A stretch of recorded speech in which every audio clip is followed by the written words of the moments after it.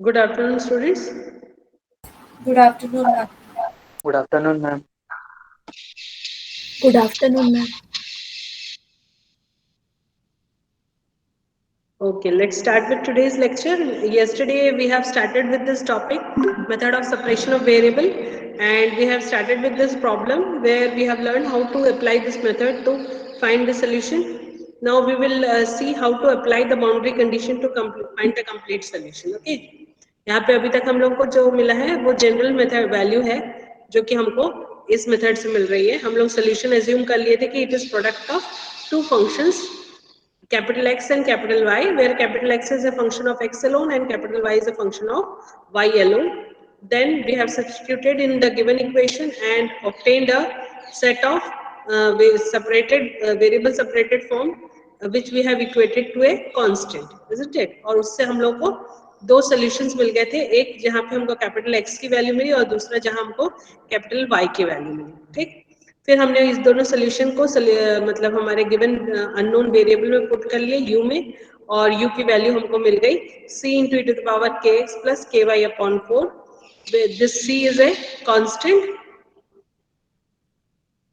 And k is also constant. अब ये दो जो कॉन्स्टेंट्स है इनकी वैल्यूज हमको बाउंड्री कंडीशन से मिलेगी, ठीक है। तो बाउंड्री कंडीशन क्या दी हुई है, हम लोग उसको इक्वेशन पहले से लिख के रखे हैं।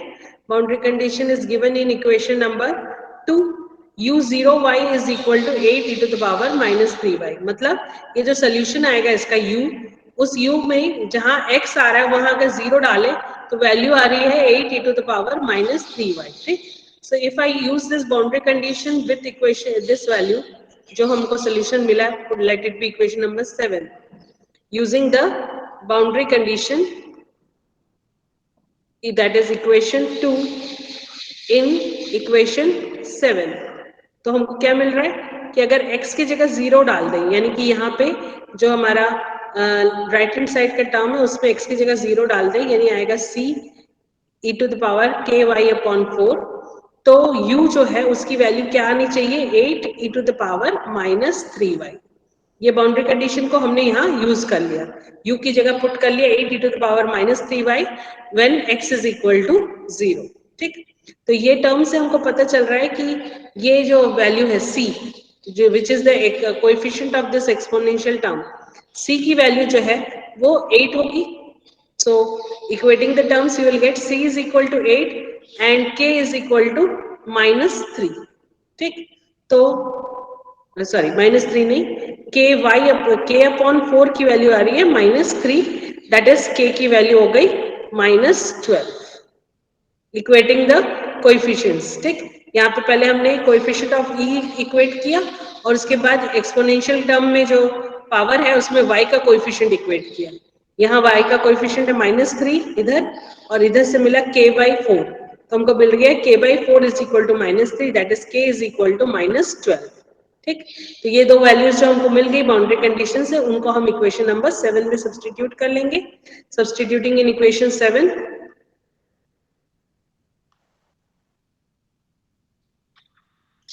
we get the solution of given equation, we get the solution of given PDE,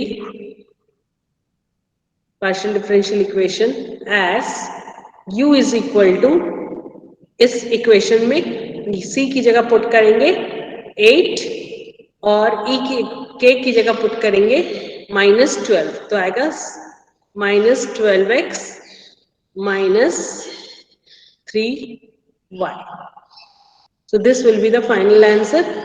u की वैल्यू क्या आ जाएगी, 8 e to the power -12x -3y. This is the complete solution where you have used the boundary condition as well.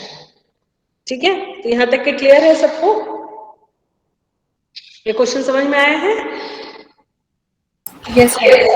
Okay, सो इसी तरह के एक और question हम लोग देखते हैं। Note the next question. Solved by method of separation of variable. The equation given is del u by del x plus 4 del u by del y. एक मिनट को, हाँ देख के बताऊँ।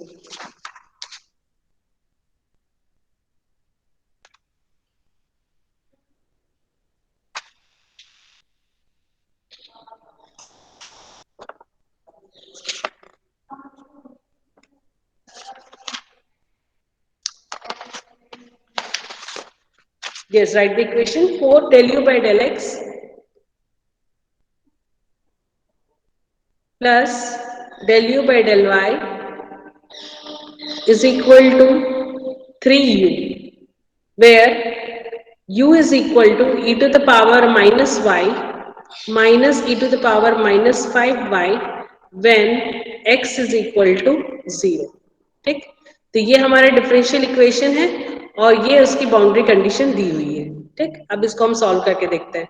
तो स्टार्टिंग स्टेप तो वही रहेंगे हमारे, हम गिवन इक्वेशंस को लिख लेंगे और फिर सोल्यूशन को एज्यूम कर लेंगे that it is a product of two functions, one is function of x and another is function of y. So we will write first the given equation, given 4 times del u by del x plus del u by del y is equals to 3u, where boundary condition given is u is equal to e to the power minus y minus e to the power minus 5y when x is equal to 0. ये boundary condition दी हुई है. अब हम यहाँ assume कर लेंगे let the solution be product of two functions u is equal to दो functions लेना है. पिछले क्वेश्चन में हमने कैपिटल एक्स कैपिटल वाई लिया था. यहाँ पे मैं एफ और जी ले रही हूँ जिससे तुम लोगों को ये क्लियर रहे कि इस नेमिंग से कोई फर्क नहीं पड़ता. कुछ भी नेम कर सकते हैं हम लोग फंक्शंस को. बस ये ध्यान रखना है पहला सिर्फ एक्स का फंक्शन हो और दूसरा सिर्फ वाई का फंक्शन हो. ठीक है. तुमने अगर कैपिटल एक्स कैपिटल वाई लिखा तो भी गलत नहीं है, ऐसा लिखोगे तो भी गलत नहीं है. ठीक. अभी इक्वेशन 3 को इक्वेशन 1 में पुट कर लेंगे. Put equation 3 in equation 1. पिछले क्वेश्चन में हम लोग ने किया था वैसे ही सेम स्टेप करते जाएंगे. 4 times del u by del x कर रहे हो यानी यू को डिफरेंशिएट कर रहे हो एक्स के रेस्पेक्ट में. ठीक. अब एक्स के रेस्पेक्ट में डिफरेंशिएट करोगे तो जी जो कि सिर्फ वाई का फंक्शन है वो कांस्टेंट हो जाएगा तो 4g बाहर आ गया. अब एफ ऑफ एक्स को डिफरेंशिएट कर रहे हो एक्स के रेस्पेक्ट में तो वो टोटल डेरिवेटिव बन जाएगा या ऑर्डिनरी डिफरेंशिएशन बन जाएगा df by dx plus second term में u जो है वो y के रेस्पेक्ट में डिफरेंशिएट हो रहा है तो x वाला फंक्शन यानी f जो है वो कांस्टेंट हो गया और g जो है वो ऑर्डिनरीली डिफरेंशिएट होगा y के रेस्पेक्ट में. इधर राइट हैंड साइड में तुम्हारे पास टर्म है u की वैल्यू तुमने ली है f इंटू जी तो यहाँ पे तुम लिख लोगे f इंटू जी. ठीक. अब ये इक्वेशन को डिवाइड कर लो. Divide by the given product of function divide by f into g. यहाँ तक के हमने पिछले क्वेश्चन में भी ऐसे ही प्रोसीड किया था. हर क्वेश्चन जिसमें तुम सेपरेशन ऑफ वेरिएबल मेथड लगाते हो यहाँ तक के ऐसे ही प्रोसीड करना है. ठीक. तो ये आ जाएगा तुम्हारे पास 4 times df by dx upon f plus dg by dy upon g is equal to 3. fg से डिवाइड करोगे f इंटू जी से तो यहाँ टर्म पूरा कांस्टेंट हो जाएगा और इधर इस तरह से सेपरेटेड फॉर्म में आ गया. ठीक. अब ये प्रोसेस हम क्यों करते हैं जिससे कि हम वेरिएबल्स को सेपरेट कर सकें. ठीक. तो हमको ये जो टर्म है इसको सेपरेट करना है. ये x वाला एक तरफ रहे और y वाला दूसरी तरफ और इधर ये जो टर्म है 3 ये कांस्टेंट है तो इस कांस्टेंट टर्म को तुम किसी भी तरफ ले सकते हो. चाहे तो तुम उसको f के साथ भी ले सकते हो यानी ये टर्म लिख सकते हो 4 df by dx plus f minus 3 या फिर तुम ले सकते हो dg by dy 3 minus dg by dy upon g. किसी भी तरह से इस कांस्टेंट को एज्यूम कर सकते हैं. बस हमको क्या करना है x वाले अलग कर देने g वाले अलग कर देने. ठीक. तो यहाँ पे हम लोग अगर x और g को अलग कर दें तो ये आ जाएगा 4 times df by dx upon f is equal to 3 minus dg by dy upon g. ठीक. अब जब सेपरेट हो गया तो इन दोनों को एक कांस्टेंट के बराबर ले लेते हैं. Let it be k. ठीक. अब फर्स्ट पार्ट वैसे ही सॉल्व करो जैसे पिछले क्वेश्चन में सॉल्व किया था. खुद से सॉल्व करके देखो. Taking first and constant that is 4 times df by dx upon f is equal to k. इसको सॉल्व करके बताओ तो क्या आंसर आ रहा है. या अगर यहाँ तक के किसी को कोई डाउट है तो पूछ भी सकते हो. जिनको डाउट नहीं है वो लोग सॉल्व करके मुझे सोल्यूशन बताओ.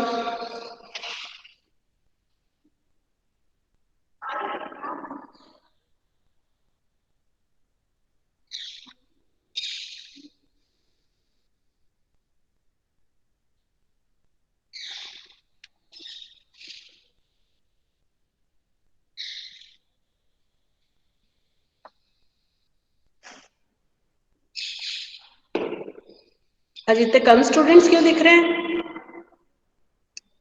कुछ रीजन है क्या. कुछ प्रोग्राम चल रहा है.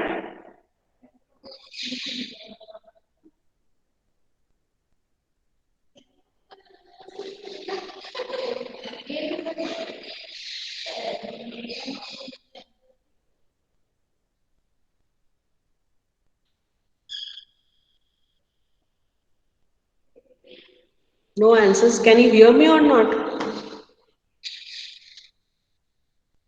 Yes, ma'am.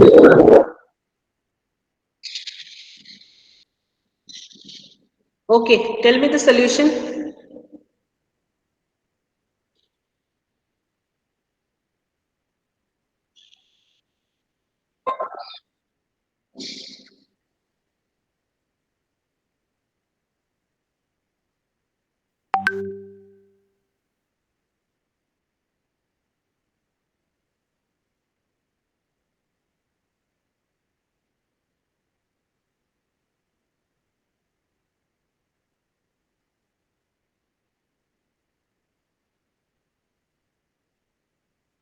F की वैल्यू क्या आ रही बताओ?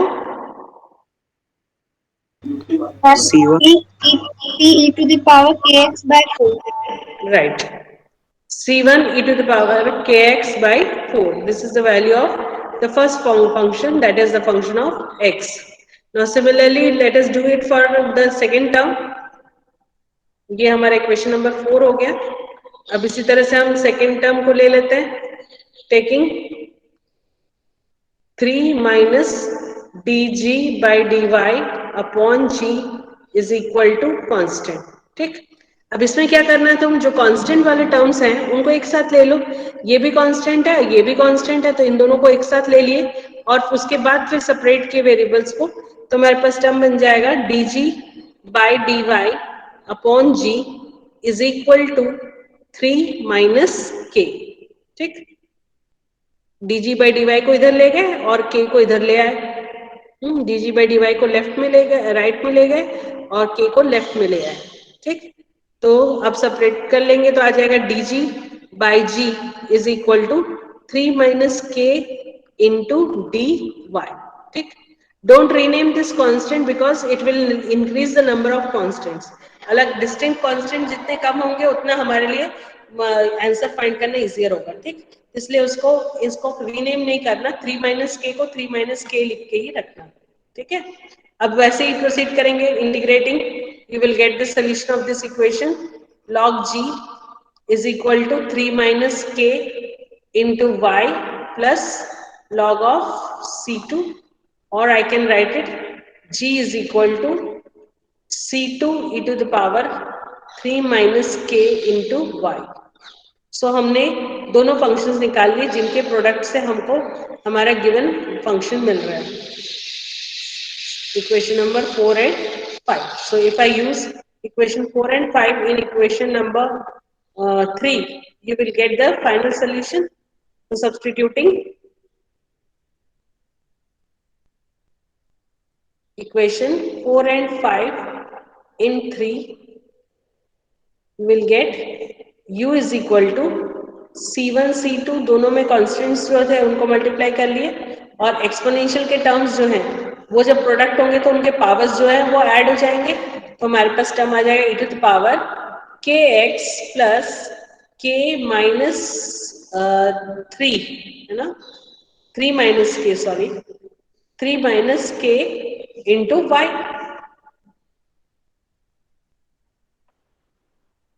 ठीक. अगेन अब यहाँ पे हमारे पास दो कॉन्स्टेंट्स का प्रोडक्ट है. They are arbitrary constants, so we can replace them by the name c. सो c into e to the power kx plus 3 minus k into y आ गया. ये हमारे पास सोल्यूशन आया. ठीक है. यहाँ तक सबका बन गया.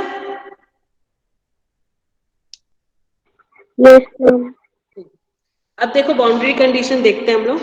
यहाँ पे थोड़ा सा बाउंड्री कंडीशन में डिफरेंस आ रहा है. क्यों आ रहा है उसके वजह से हम कैसे सोल्यूशन फाइंड करेंगे वो देखते हैं. यहाँ बाउंड्री कंडीशन में देखो, जब x की वैल्यू 0 ले रहे हैं तो y की वैल्यू में दो पार्ट्स हैं. ठीक. हमारे पास सोल्यूशन आया है c e to the power kx plus k minus 3 into y, है ना. मैं x की वैल्यू तो 0 डाल दूं तो ये टर्म बन रहा है c e to the power k minus 3 into y. सो किसी एक वैल्यू के लिए c का सिर्फ अगर एक वैल्यू ले तो हमको ये दो आंसर्स एक साथ नहीं मिल सकते. c का एक यूनिक वैल्यू हो और k का भी यूनिक वैल्यू लेने से ये दो पार्ट नहीं आ सकते. ठीक. ये इसीलिए आ रहे हैं क्योंकि हमारे पास जो डिफरेंशियल इक्वेशन है उनके सॉल्यूशंस के अपने आप में लीनियरली इंडिपेंडेंट होते हैं. ठीक. तो लीनियरली इंडिपेंडेंट सॉल्यूशंस जो है वो सम या डिफरेंस ऑफ सॉल्यूशंस के फॉर्म में आते हैं. ठीक. तो जब हम लोग सेपरेशन ऑफ वेरिएबल मेथड लगाते हैं तो हम लोगों को एक्चुअली ये पता चलता है कि इस हमारे सोल्यूशन का फॉर्म क्या आने वाला है, लेकिन कितने सोल्यूशन में इंडिपेंडेंट पार्ट्स होंगे ये हमको पता नहीं चलता। ये किससे पता चलता है? बाउंड्री वैल्यू से। ठीक, पिछले क्वेश्चन में बाउंड्री वैल्यू में सिर्फ एक ही टर्म था, इसलिए उसी टर्म को हमने इक्वेट कर लिया और हमको आंसर मिल गया। लेकिन यहाँ देखो बाउंड्री वैल्यू में दो टर्म है, दो टर्म का डिफरेंस आ रहा है, यानी कि हमको भी अपने सोल्यूशन में दो टर्म्स लेना पड़ेगा। ठीक, तभी जाके हमको करेक्ट आंसर मिलेगा। ये जो बाउंड्री कंडीशन है ये हमको ये बता रहा है कि हमारे सोल्यूशन में एक्चुअली दो इंडिपेंडेंट पार्ट्स हैं। ठीक, तो इसलिए हम क्या करेंगे, ये जो हमारा सोल्यूशन है इसको मॉडिफाई करके लिखेंगे। Since the solution has two independent parts, ये अभी भी हाँ बोलो मैम, kx/4। हाँ kx/4 राइट, kx/4 राइट, बाकी टर्म सही है ना? Yes ma'am. अच्छा, तो अब सोल्यूशन में दो इंडिपेंडेंट पार्ट्स हैं, जो कि कैसे पता चला हमको इसके बारे में?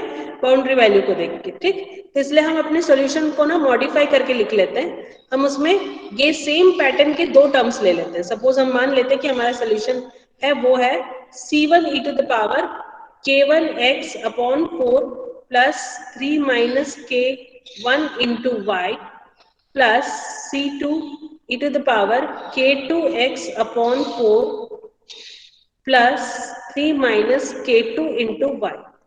ठीक, ये हमने क्यों माना? क्योंकि हमारे को हमको बाउंड्री वैल्यू से पता चला कि सोल्यूशन में दो इंडिपेंडेंट पार्ट्स हैं। ठीक, ये चीज जो है वो एग्जाम में लिखो चाहे नहीं लिखो कोई इंपॉर्टेंट नहीं है, you will just assume let u is equal to this much.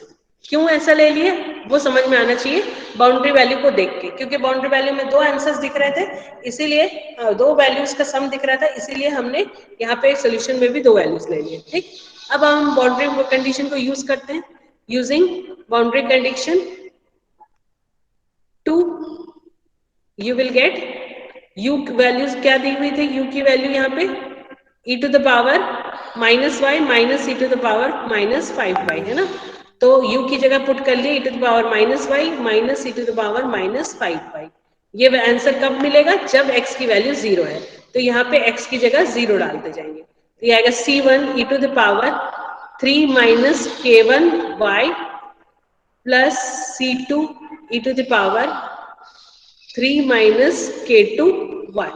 x वाला टर्म हट जाएगा क्योंकि उसकी जगह 0 पुट हो जाएगा। ठीक, अब हम इक्वेट करेंगे, तो ये फर्स्ट टर्म को फर्स्ट इससे इक्वेट कर लेते हैं, सेकेंड टर्म को सेकेंड टर्म से यहाँ इक्वेट करते हैं। सो equating we will get e to the power minus y is equal to c1 e to the power 3 minus k1 into y। इससे हमको आंसर क्या मिल गया? c1 जो है कोएफिशिएंट ऑफ एक्सपोनेंशियल टर्म ये 1 होना चाहिए, और k1 की वैल्यू जो है वो 3 माइनस k1 की वैल्यू जो है वो आ रही है -1, तो k1 की वैल्यू क्या आ जाएगी?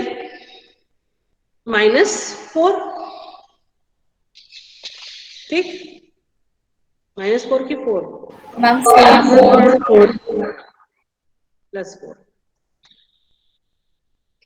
ठीक, अब ऐसे ही दूसरा टर्म इक्वेट करेंगे e to the power -5y, ये नेगेटिव था है ना, हमने प्लस साइन लिया है, तो इस नेगेटिव साइन को यहाँ कंसिडर करना होगा हमको ऐसे लेना पड़ेगा कि this is the term e to the power minus e to the power -5 is equal to c2 e to the power 3 minus k2y। ठीक, अब c2 की वैल्यू यहाँ से मिल गई हमको -1, k3 माइनस k2 की वैल्यू मिल गई -5, तो यानी k2 की वैल्यू कितनी आ रही है बताओ जरा?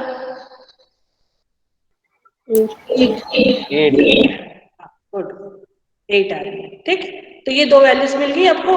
अब इसको यहाँ इस इक्वेशन में पुट कर लेंगे, कोई चाहो तो इसको इक्वेशन नंबर डाल लेना। इक्वेशन नंबर 5 तक गए थे हम लोग, इसको सपोज इक्वेशन नंबर 6 मान लिए, इक्वेशन 6 में डाल दिए put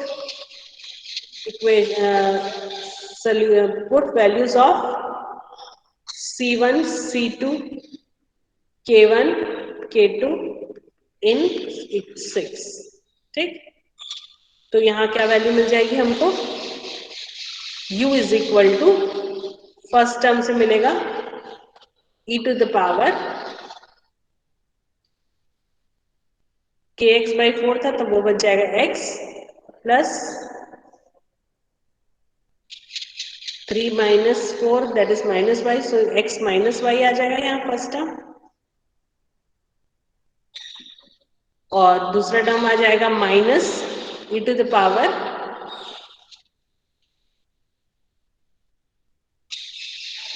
2x minus 5y।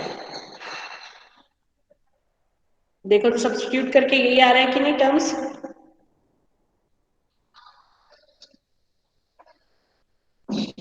Yes. ठीक, तो ये हमारा सोल्यूशन हो गया, कंप्लीट सोल्यूशन ये आया है ना। तो ये चीज ध्यान रखना, हम बोल सकते हैं कि सेपरेशन ऑफ वेरिएबल मेथड का ये एक शॉर्टकट ये है, शॉर्टकमिंग है कि हमको यहाँ ये पता नहीं चलता कि कितने इंडिपेंडेंट पार्ट्स आएंगे सोल्यूशन में, वो हमको बाउंड्री वैल्यू देख के ही आइडेंटिफाई करना पड़ता है।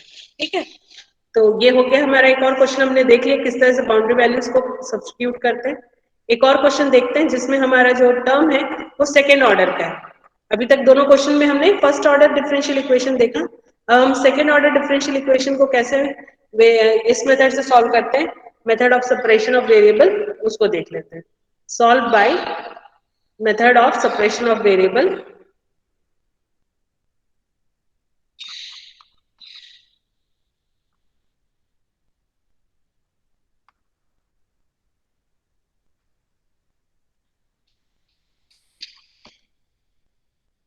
Equation given is del 2u upon del x square is equal to del u by del y plus 2u when u is equal to where u is equal to 0 when x is 0, and del u by del x is equal to 1 plus e to the power minus py when x is equal to 0। ये दो boundary conditions हमको दी हुई है, इनको use करके हमको इस differential equation का सोल्यूशन निकालना है। Method is separation of variable. ठीक, तो स्टार्टिंग के स्टेप्स लिख के देखो, तुम लोगों को तो आता है, मेरे को लिख के बताओ कि सेपरेटेड फॉर्म में क्या इक्वेशन बन रहा है। जब u को तुम capital X into capital Y ले लेते हो, उसके बाद सेपरेटेड फॉर्म में क्या इक्वेशन बन रहा है, सब लोग जल्दी से बना के मेरे को बताओ जरा। मैं पूछूंगी किसी एक से, वो मेरे को रिप्लाई करेगा।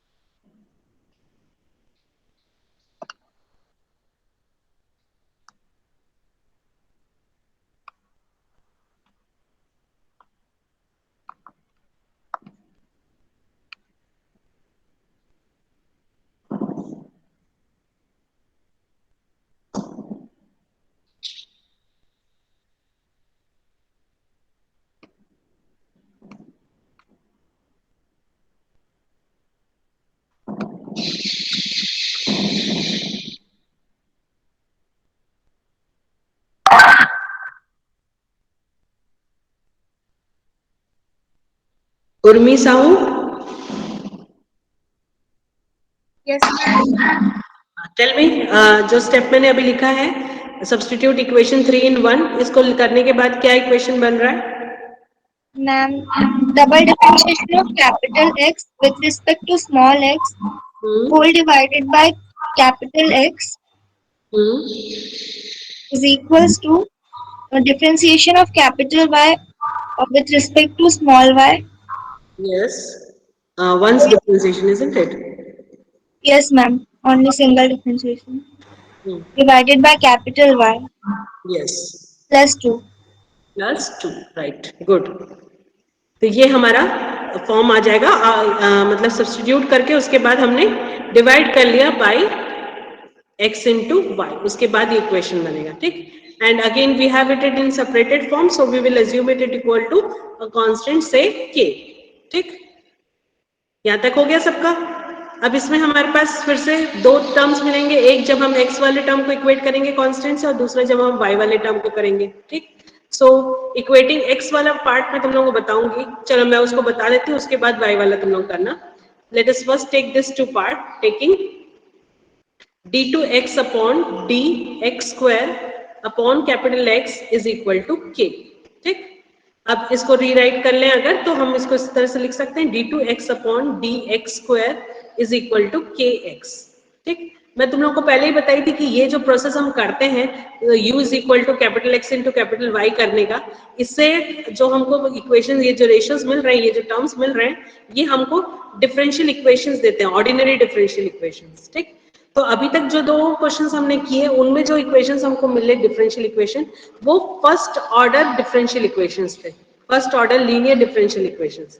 तो उनको तो हमने डायरेक्टली, जो सबसे इजीएस्ट मेथड होता है सेपरेशन ऑफ वेरिएबल, उस मेथड से सॉल्व कर लिया। लेकिन अब यहाँ पे जो इक्वेशन मेरे को मिल रहा है, ये d2x by dx square is equal to kx, this is a second order differential equation, क्योंकि यहाँ जो टर्म है वो दो बार डिफरेंशिएट हो रहा है। तो कोई मेरे को बता सकता है कि जब सेकेंड ऑर्डर डिफरेंशियल इक्वेशन होता है तो हम क्या प्रोसीजर करते हैं, कैसे इसको आगे सॉल्व करते हैं? क्या इसको हम डायरेक्टली इंटीग्रेट करके सॉल्व कर सकते हैं?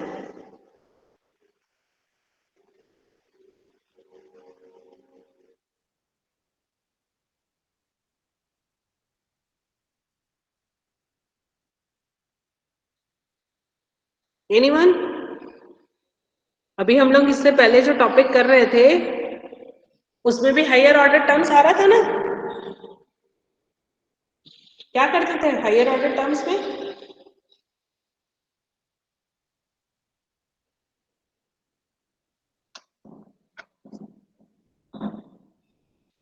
चलो let me give you a hint, take capital D is equal to d by dx.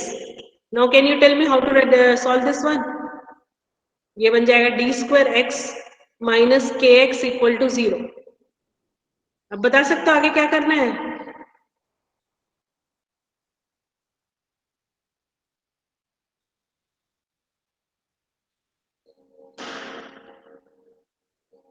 No, at least try, don't remember. हाँ समीक्षा बोलो। मैम उसको ऑक्सिलरी इक्वेशन निकालेंगे, उसके बाद फिर सॉल्व। जब भी सेकेंड ऑर्डर है, देखो तुम लोग को ये चीजों को थोड़ा सा अपने दिमाग में रखना है, चाहे तुम्हारा ऑर्डिनरी डिफरेंशियल इक्वेशन हो या चाहे तुम्हारा पार्शियल डिफरेंशियल इक्वेशन हो, अगर तुम्हारे पास डिफरेंशियल इक्वेशन का ऑर्डर ग्रेटर देन 1 आ रहा है, 2, 3, 4 जो भी है, तो हमेशा याद रखना कि सोल्यूशन में CF और PI करके दो पार्ट आएंगे, और CF निकालना है मतलब क्या करना है, ऑक्सिलरी इक्वेशन बनाना है। ऑक्सिलरी इक्वेशन चाहिए यानी हमको ये वाले ऑपरेटर की जरूरत पड़ेगी। तो एक पॉइंट से याद रखो कि अगर हायर ऑर्डर डिफरेंशियल इक्वेशन है, चाहे वो ऑर्डिनरी डिफरेंशियल हो या पार्शियल, हमेशा CF और PI आएगा। इतना पॉइंट दिमाग में रहेगा तो बाकी सब स्टेप्स याद आ जाएगा कि तुमको कैसे प्रोसीड करना है, ठीक है। बेसिक चीज याद रखो, लीनियर है तो मैं इस तरह से सॉल्व कर सकते हैं। हम लोग लीनियर में हमारे पास कई सारे मेथड्स रहते हैं, सेपरेशन ऑफ वेरिएबल है, लीनियर डिफरेंशियल इक्वेशन का फॉर्म होता है, एग्जैक्ट डिफरेंशियल इक्वेशन का फॉर्म तुम लोगों ने पढ़ा है। लेकिन जैसे ही हम लोग हायर ऑर्डर में जाते हैं तो हमने एक ही तरीका प्रोसेस पढ़ा है, वो है by using this auxiliary equation, ठीक। तो वो चीज याद रखो कि जैसे ही हायर ऑर्डर में जा रहे हैं हम लोग, तो क्या करना रहता है हमको, ऑक्सिलरी इक्वेशन बना रहता है। ठीक, ऑक्सिलरी इक्वेशन क्या होता है, ये जो ऑपरेटर है उसको इक्वेट कर लेते हैं जीरो से, ये ऑपरेटर को, तो हमको यहाँ से डी की दो वैल्यूज मिल जाएगी, प्लस और माइनस रूट के। ठीक, अब सी एफ उसके अकॉर्डिंग लिखते हैं, ऑक्सिलरी इक्वेशन से हमेशा क्या मिलता है हमको, सी एफ, कॉम्प्लीमेंट्री फंक्शन। ठीक, तो ये ऑर्डिनरी डिफरेंशियल इक्वेशन में जब रियल एंड डिस्टिंक्ट रूट्स मिलते थे तो सी एफ कैसे लिखते थे, किसी को याद है?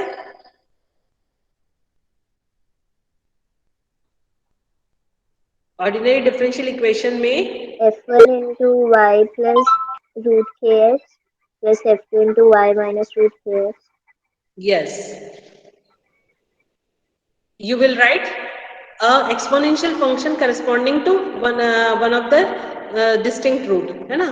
तो एक पहला रूट है हमारा रूट के, तो उसके करस्पॉन्डिंग एक्सपोनेंशियल फंक्शन बन जाएगा root k x e to the power root k x, और जितने तुम टर्म्स लिखते जाओगे उतने कॉन्स्टेंट्स ऐड करते जाओगे। तो एक आगे C1, फिर C2 आ जाएगा e to the power minus root k x. ठीक, तो इस तरह से हमको दो सॉल्यूशंस मिल गए सी एफ। ठीक, पी आई क्या आएगा इस इक्वेशन का, ये हमारा इक्वेशन है, what ever the equation number 5, इस इक्वेशन का, इक्वेशन नंबर 5 का पी आई क्या होगा?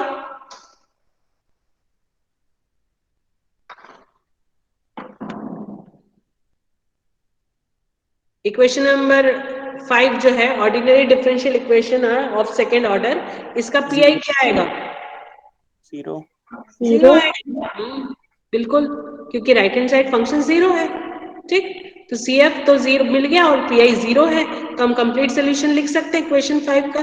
Solution of equation 5 is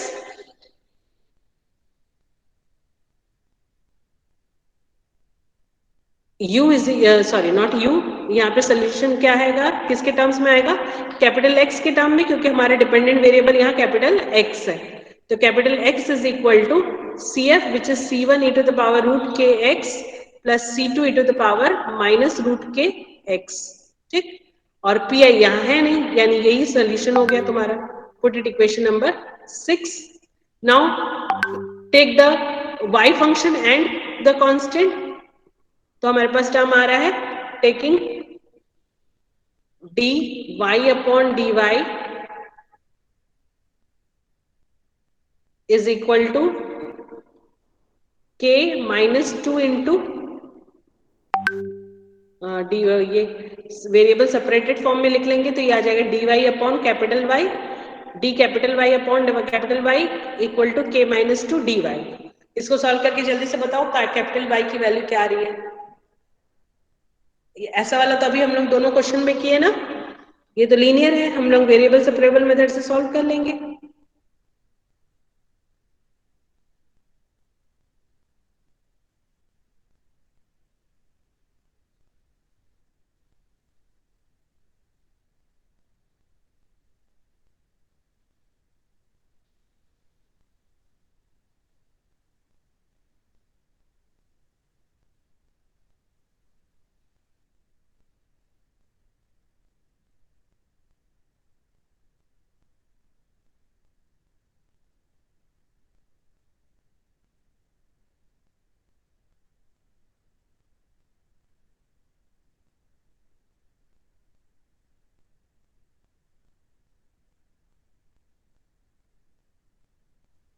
Yes, anyone tell me? चलो ये हिनांशी में नेता, हिनांशी, Yes, ma'am. tell me what is the solution? Y is equal to C3 e the power k minus 2. Yes, very good. This is the solution we will be getting. So we have obtained the solution of both the function, capital X भी मिल गया, capital Y भी मिल गया. Let us substitute it in our assumption. Assume क्या किया था हमने, हमारा solution U जो है वो product of these two functions है. तो substitute in equation number 3. Substitute equation 6 and 7. Yes. Ma'am आपका स्क्रीन शेयरिंग ऑफ हो गई। ओहो, wait a minute. Okay, now write it. अब दिख रहा है ना सबको? Yes. ओके, चलो. Substitute equation 6 and 7 in equation number 3.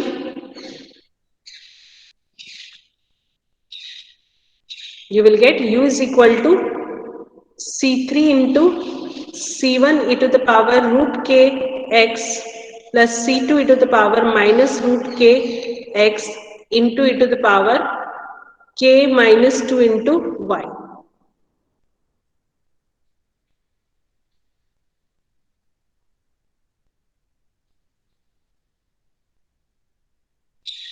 ठीक. अब यहाँ पे फिर से देखो, ये जो कांस्टेंट है C3, ये इस टर्म में C1 से मल्टीप्लाई हो रहा है. C3 इंटू C1 लिख लेंगे हम फर्स्ट कांस्टेंट, और सेकंड कांस्टेंट आ जाएगा C3 इंटू C2. ठीक. तो हम फिर से इनको रीनेम कर लेते हैं. 3 कांस्टेंट की हमको जरूरत नहीं है, 2 कांस्टेंट से काम चल जाएगा. Suppose I name it A is equal to C1 C3 and B is equal to C1 C2 C3. ठीक. तो हमको ये वैल्यू जो है वो ऐसे मिल जाएगी, A into the power root k x plus b into e to the power minus root k x into e to the power k minus 2y. ठीक. ये हमको सोल्यूशन मिला. This is our solution. Put it some equation number, कौन से equation तक हो गया? 7 तक. तो ये इक्वेशन नंबर 8 आ गया. ठीक. अब हम बाउंड्री के वैल्यूज को सब्स्टिट्यूट करेंगे. सबका यहां तक हो गया?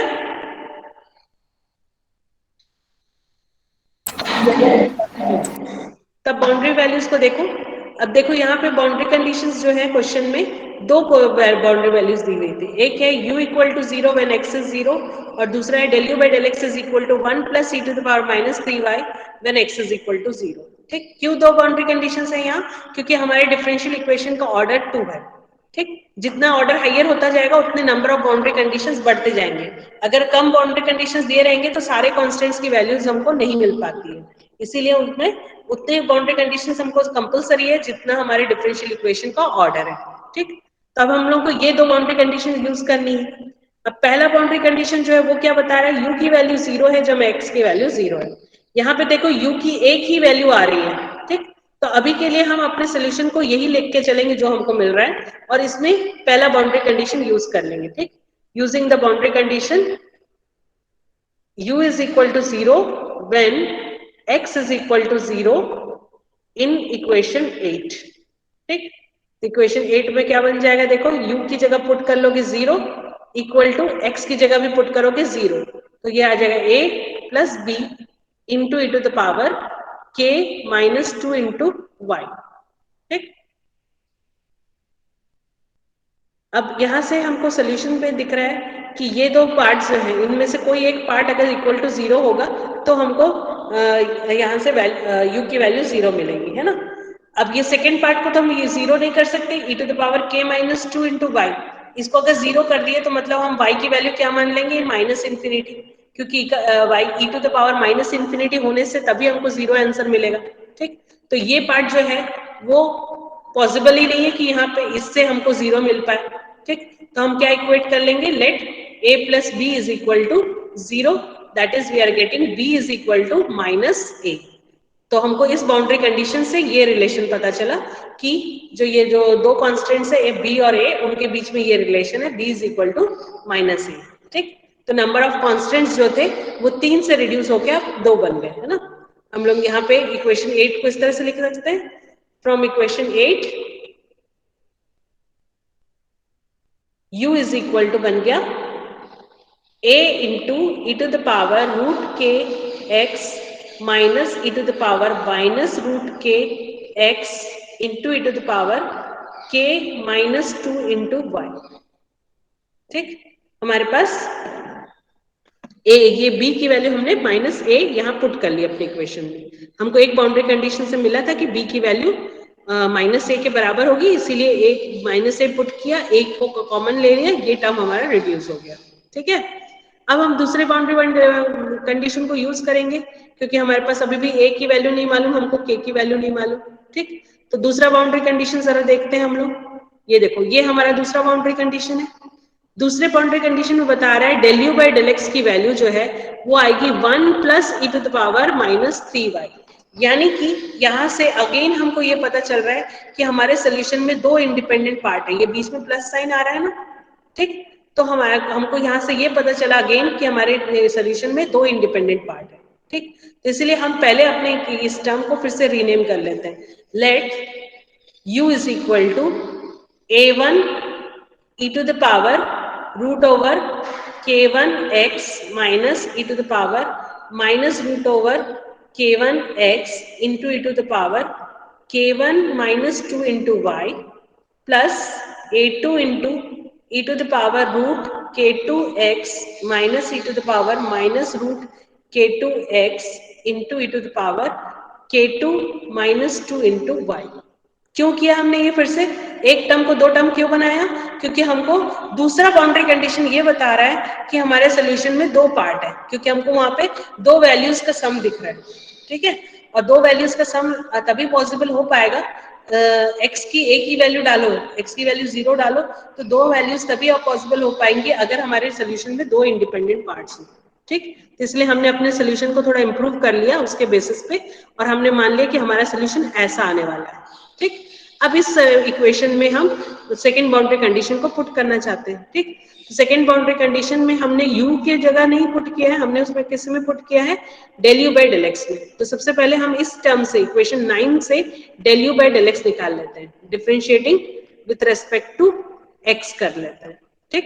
तो del u by del x जो है वो आ जाएगा a1 root over k1 e to the power k1 x plus e to the power minus root over k1 x e to the power k1 minus 2 into y। ये दोनों में coefficient root k1 दोनों में ही आएगा differentiate करते वक्त, और ये माइनस साइन जो है ये बीच में वाले साइन को प्लस बना देगी, इसलिए ऐसा टर्म आएगा। और सेम ये जो दूसरा टर्म है वो उसका डेरिवेटिव भी बिल्कुल सेम होगा, सिर्फ कांस्टेंट का नाम बदल जाएगा, ठीक। तो सेकेंड टर्म आ जाएगा a2 root over k2 e to the power root over k2 x plus e to the power minus root over k2 x into e to the power k2 minus 2 into y, ठीक। Differentiate कर लिया। अब boundary condition put कर लेते हैं। somebody was saying something? यहां तक सबको समझ में आया है? Yes. ओके,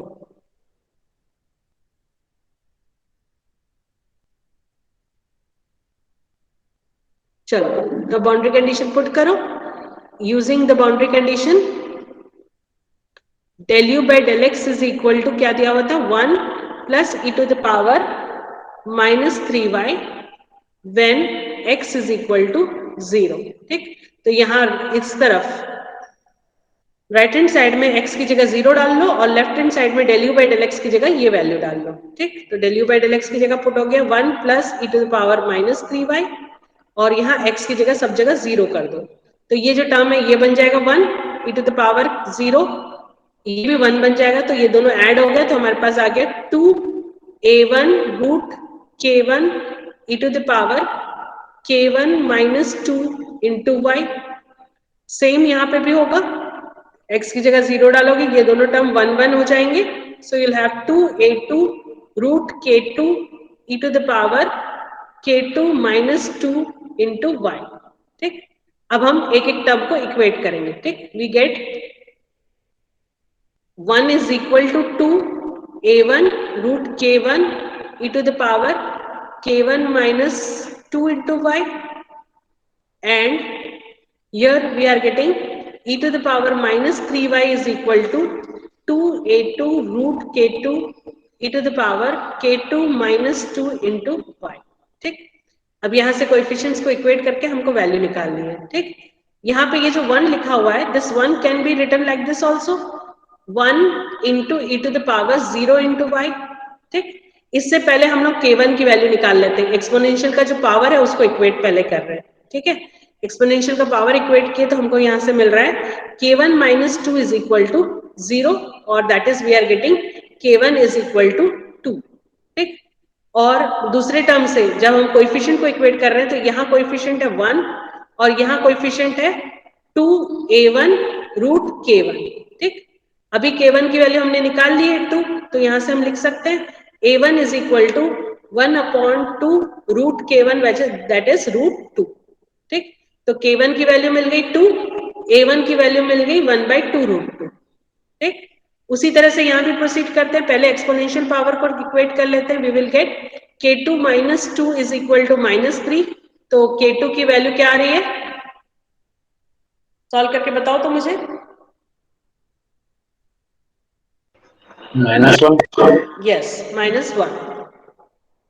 एंड इसी को यहाँ पुट कर लिए हम लोग, तो क्या आ जाएगा देखो, कोएफिशिएंट्स को इक्वेट करेंगे तो 2a2 root k2 is equal to यहाँ क्या है 1, तो हमको मिल रहा है 1 is equal to 2a2 root k2, ठीक। दैट इज a2 की वैल्यू जो है वो आ रही है हमको 1/2 रूट ओवर k2 की वैल्यू आई थी -1, तो रूट -1 यानी हो गया आयोटा, तो we are getting a2 is 1/2 iota. Got it? हो गया सबका यहाँ तक? Yes, ma'am. अब हमको सारे कांस्टेंट्स की वैल्यू मिल गई, इनको हम अपने इक्वेशन में पुट कर लेते हैं। इक्वेशन नंबर 9 में सारे जो कांस्टेंट्स हैं उनको पुट कर लो। Substituting in equation 9 you will get u is equal to,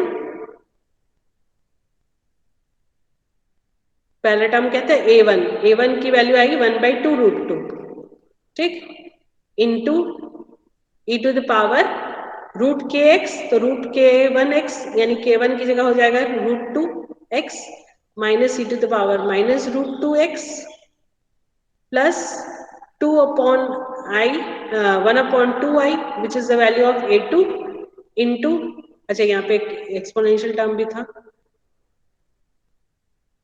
यहाँ पे एक और टर्म भी था ना e टू द पावर, हाँ k2 माइनस 2 यानी कि 2 माइनस 2 0 हो जाएगा, है ना, e to the power 0 into y हो जाएगा,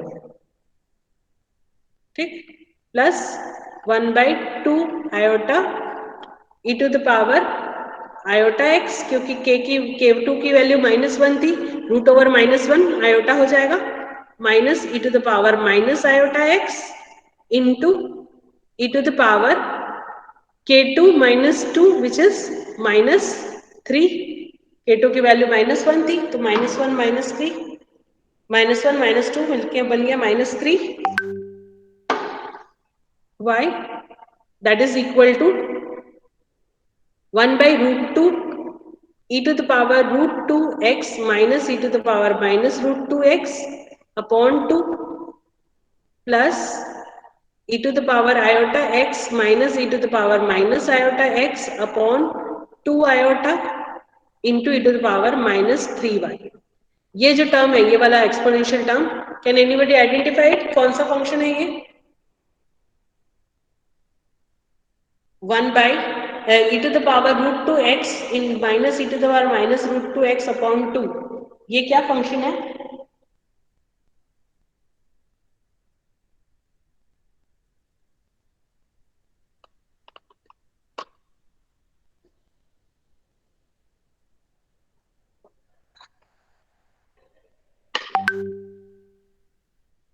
जो कॉम्प्लेक्स नंबर्स पढ़े थे ना सेकेंड सेमेस्टर में, हाँ बोलो। Hyperbolic sin hyperbolic. Yes, this is sine hyperbolic, हाँ ये साइन हाइपरबोलिक √2x है, ठीक। कौन सा फॉर्मूला यूज कर रहे हैं हम लोग? साइन हाइपरबोलिक ax की वैल्यू होती है e to the power ax minus e to the power minus ax upon 2, ठीक। और सेकेंड टर्म क्या है? ये वाला टर्म,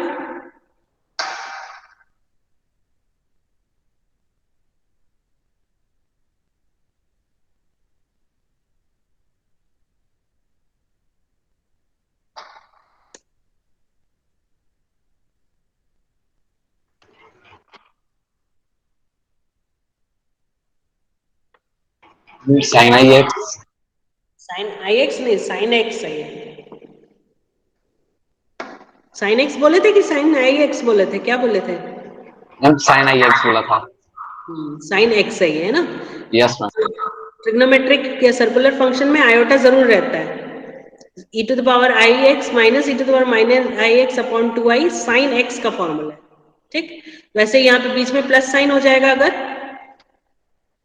लाइक दिस, ये अगर प्लस हो गया और ये 2i में सिर्फ i आ गया तो ये बन जाएगा cos x का फॉर्मूला और ये बन जाएगा cos हाइपरबोलिक 2x का फॉर्मूला, ठीक? ये दोनों चीजें तुम लोगों ने पिछले सेमेस्टर में पढ़ी है, याद नहीं है तो एक बार जाके फिर से फॉर्मूला देख लेना। मैथ्स में हमेशा जो चीज हम पहले पढ़े रहते हैं उसको आगे हमको रिलेट करना रहता है, आगे पार्ट पीछे सपाट हम मैथ्स में नहीं कर सकते, ठीक? मैथ्स में हमेशा पुराना पढ़ा हुआ हमको ध्यान में रखना है। मैंने शुरू में ही तुम लोगों को कहा था that this is going to be a continuation of what you have learned in applied mathematics 1 and 2, उसी के आगे का पार्ट हम पढ़ रहे हैं। So go through the formulas, okay? तो ये हमारा फाइनल आंसर है, तुम अगर बुक में भी देखोगे तो ये तुमको फाइनल आंसर दिया होगा इस क्वेश्चन का। ये वाला क्वेश्चन थोड़ा सा लेंदी है, एक और बार अच्छे से देखना है क्लास अपना, और कोई डाउट होगा तो नेक्स्ट क्लास में पूछ सकते हो, ठीक? आज ये यूनिट मैं कंप्लीट कर रही हूँ। यूनिट एक्चुअली खत्म नहीं हुआ है, एक टॉपिक बचा हुआ है, that is application part, but for understanding that topic you require the knowledge of Fourier series, ठीक? उसमें एप्लीकेशन पार्ट में जो बाउंड्री कंडीशंस यूज हो रही हैं वो बाउंड्री कंडीशंस में फोरियर सीरीज आता है, तो हम लोग पहले फोरियर सीरीज पढ़ते हैं सेकेंड यूनिट में, उसको कंप्लीट करके फोरियर सीरीज को पहले समझ लेते हैं, फिर उसके बाद इस यूनिट का जो एप्लीकेशन पार्ट है उसको पढ़ेंगे, ठीक है? So that one we will do in the afterwards, है ना? अभी हम लोग के लिए नेक्स्ट क्लास से क्या शुरू करेंगे?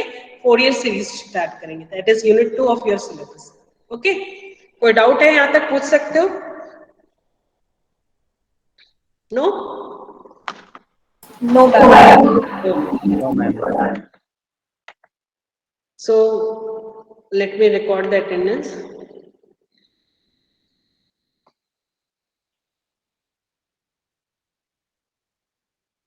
So come prepared in the next lecture. We will start with Fourier series.